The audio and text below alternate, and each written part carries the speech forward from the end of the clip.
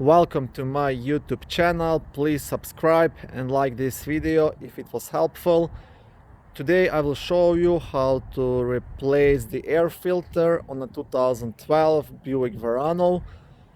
This works from 2012 all the way up to 2017. To start, open the hood, and the air filter is located just under this black cover. So first we have to unscrew 6 Phillips screws. So 1, 2, 3, 4, 5, and down here's the 6th one.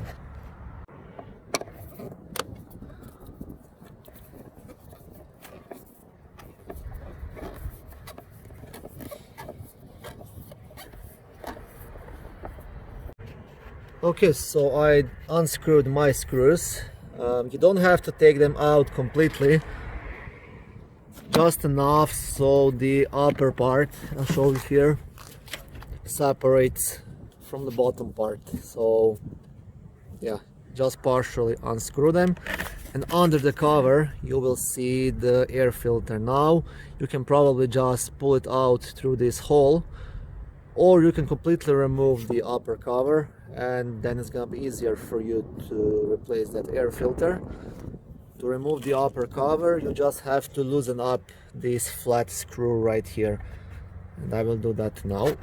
Okay, so once you loosen up this flat screw, the cover will just slide off. Okay, I'm doing with one hand, so okay, perfect. Now you have a complete access to the air filter. You can pull it out, see how it looks. I'll have to replace mine, but this is how it's done. In the description below I will also include the part number for this air filter. You can see it here as well on the video. And yeah, once you replace the air filter, just put back everything how it was. Just reverse the steps I showed you, and that's pretty much it. Thank you for watching my video. I hope it was helpful. If it was, please don't forget to subscribe and like this video. That will help me expand my channel and make more similar educational videos. Thank you.